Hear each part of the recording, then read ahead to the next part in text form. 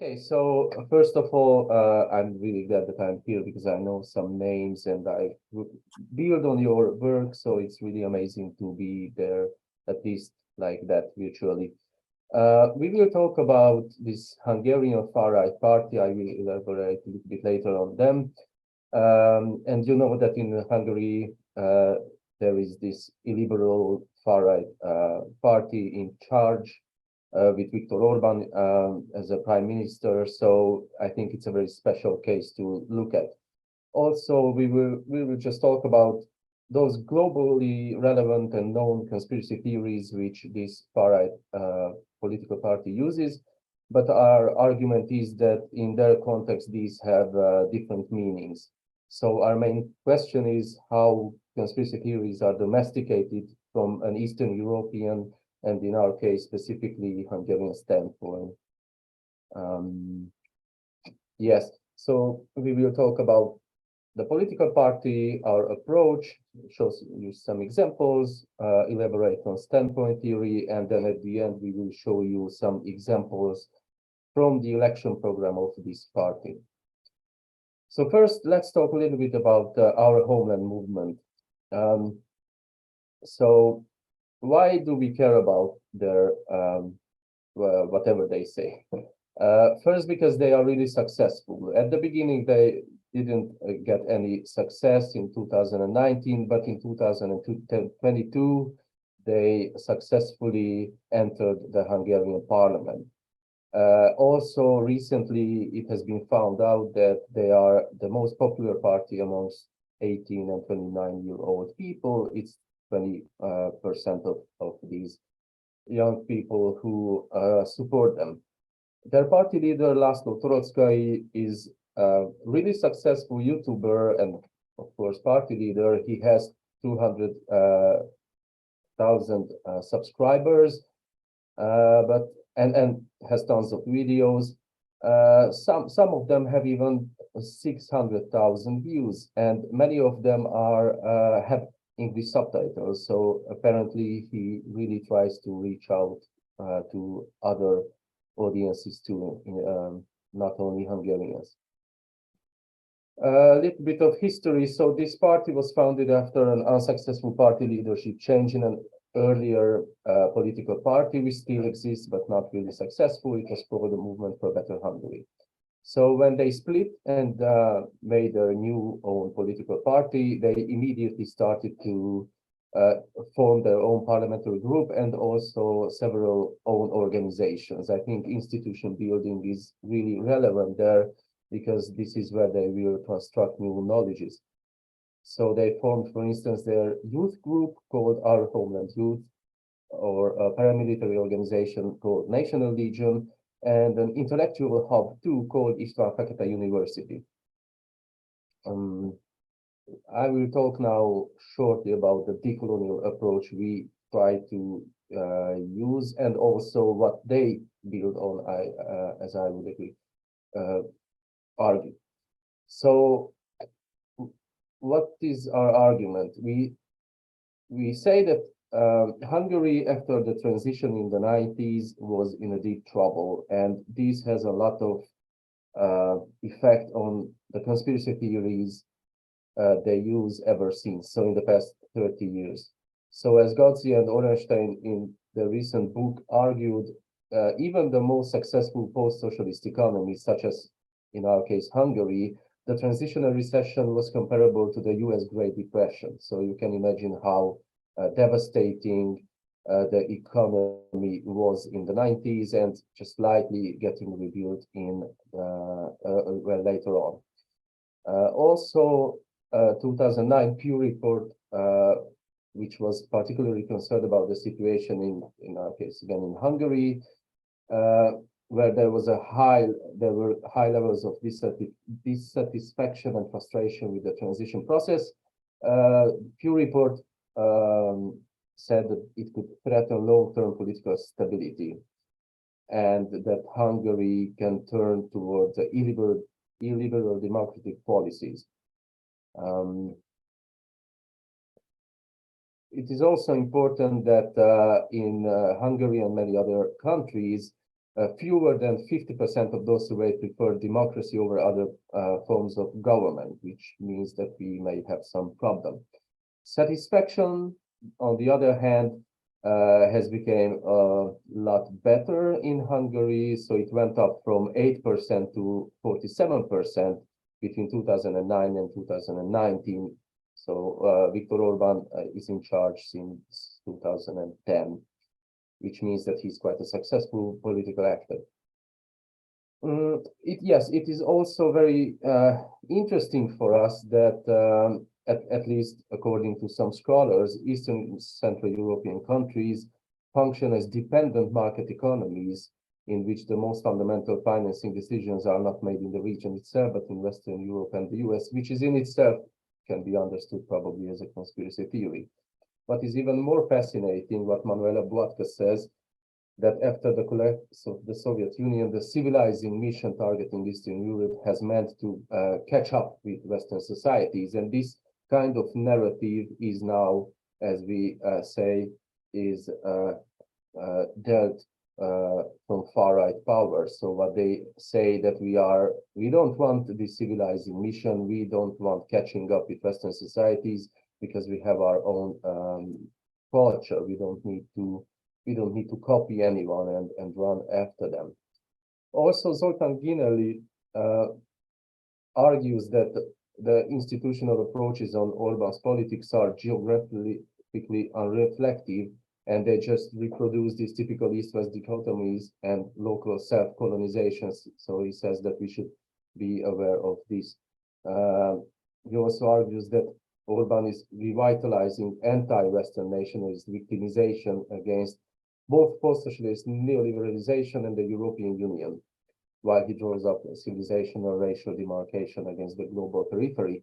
So at least in his discourse, Orban tries to play with this victimization rhetoric. Hungarians are victims of the transition, the post-socialist neoliberalization, and Brussels. Now, it is not only Orban who talks about stuff like that. His predecessor, one of the best-known far-right politicians in Hungary, István Csurka, has for a long time has been argued in a similar way. So he was criticizing privatization, he was criticizing calling it a colonization. For instance, he said that Hungary is a colony in its deep structure, and to add a little conspiratorial twist on it, he said that it is part of a zigzaggy hidden underground process. So it's not just unintentional process, but it is well intended. Now, yes, I won't spend too much time with this. This is a very interesting and well-known article from 1992 from István Csurka, the politician who I just mentioned.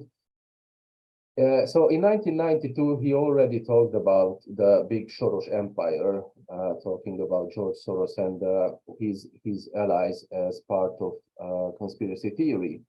So he talked about this empire, but he also argued that their goal to break closed societies and to build open societies is to build, in fact, societies which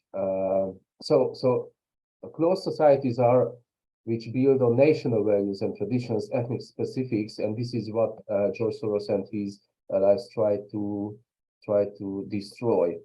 So, for instance, he said that they need Central European University, so the thought of the rootless Central Europe would appear as, so they can rewrite the history of nations in that spirit. He talked also about the different tools to achieve this, so TV, radio, written media, and the science they use. This is how he wrote it.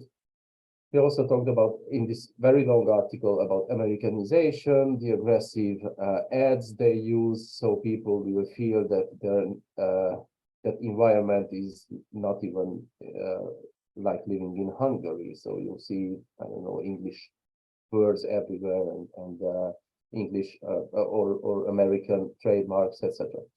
He also interestingly argued in 1992 that Viktor Orban is also, as he was indeed financed by George Soros, Orban Victor is used by George Soros to go against back then the actual government.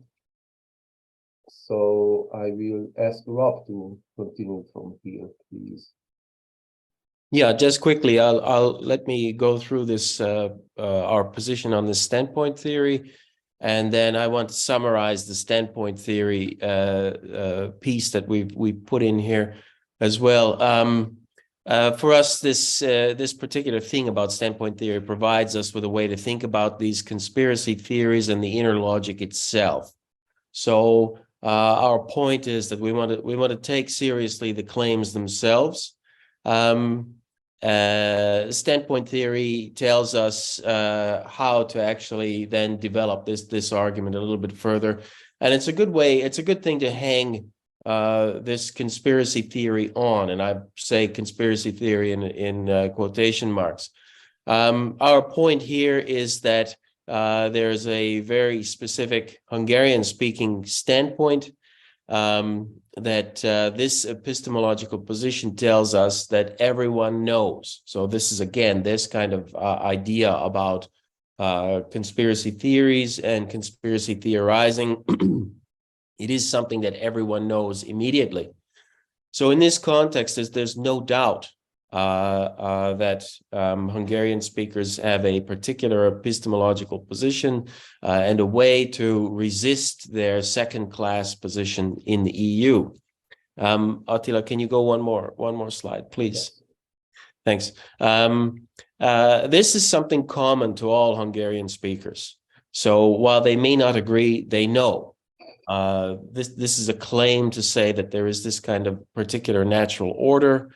And this particular thing that they know, this epistemology, is something that is grounded in the Treaty of Trianon and a bunch of slogans that come from the revolutions in 1848-49, as well as the eventual compromise in 1867. Everybody knows this. And so this was our point about there is a kind of distinction between the surface level stuff that gets reported in the mostly English language, sometimes German language media about recent events. But those recent events are even going back to the transition in the 1990s. But those recent events, the last couple of decades, and the transition itself are viewed as a consequence. So they are the consequences of the breakup of Hungary, the breakup of Greater Hungary, which is the terminology used, the breakup of Greater Hungary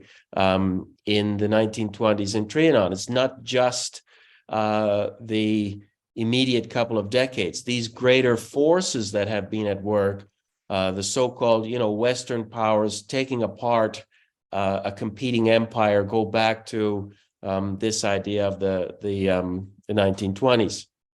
And the transition is a continuation of that. So the transitions in the 90s is a continuation of that. It's not a new phenomenon. It's not a phenomenon that is grounded in, this other thing, this fall of the Berlin Wall or something like that. So it's quite clear.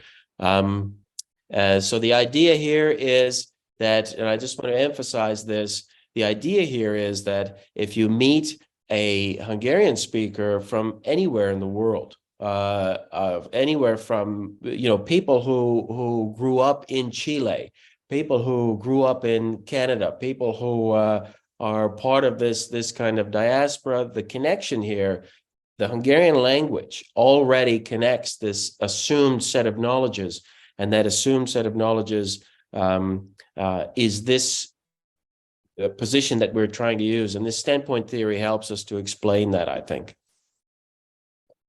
Thank you. Okay, so continuing with that, I will first talk about the decolonial arguments or decolonial rhetoric in the election program titled Dawn, maybe after Nietzsche's work, I'm not sure. It is a highly racist election program, by the way, which is quite obvious, them being far right. So our main argument here is that they first argue that we are colonized from Brussels and Washington, and then they explain it through conspiracy theories how or why this is happening. Just 1 second. So yes, I will show you some examples on that. So for instance, they write that for the sovereignty of Hungary, we have to terminate the subordination role in which we have been since joining the EU.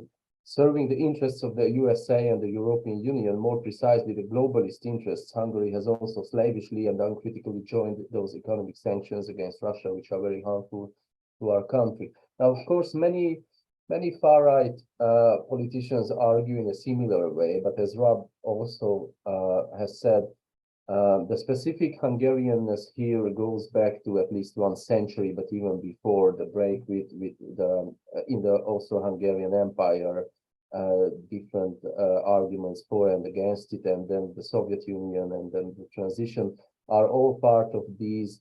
Even if these arguments, I mean, they all are very Hungarian in their nature, even though these may resemble other far-right politicians.